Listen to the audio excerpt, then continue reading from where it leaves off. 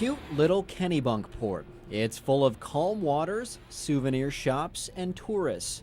While many come here to stroll or relax, others in town are trying to establish something a little more rough and tumble, like rugby. We thought this would be the perfect place to start a club because knew a lot of friends from high school that played on the football team that started playing rugby because it's an easier sport to start playing in college. Kennebunk High alum Tim Bath took what he learned at school in Rhode Island and brought it back home, starting the Southern Maine Rugby Club last year. Rugby isn't that big of a sport right now, but it's definitely growing throughout the United States.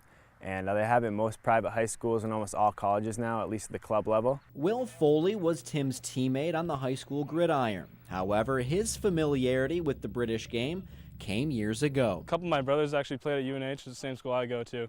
So it was basically like I went down when I was a kid, watched all their games, got into it and everything. For a group of guys who know a thing or two about taking and giving hits in football, rugby can provide the same kind of pop. You definitely feel the hits. I mean, it hits you real hard sometimes. In just over a year of existence, the club has gone from a startup to a New England standout, as they'll host the first ever 7-on-7 lobster pot tournament on Saturday. This year it's our second year in and we're holding a huge tournament. We have 16 teams coming in.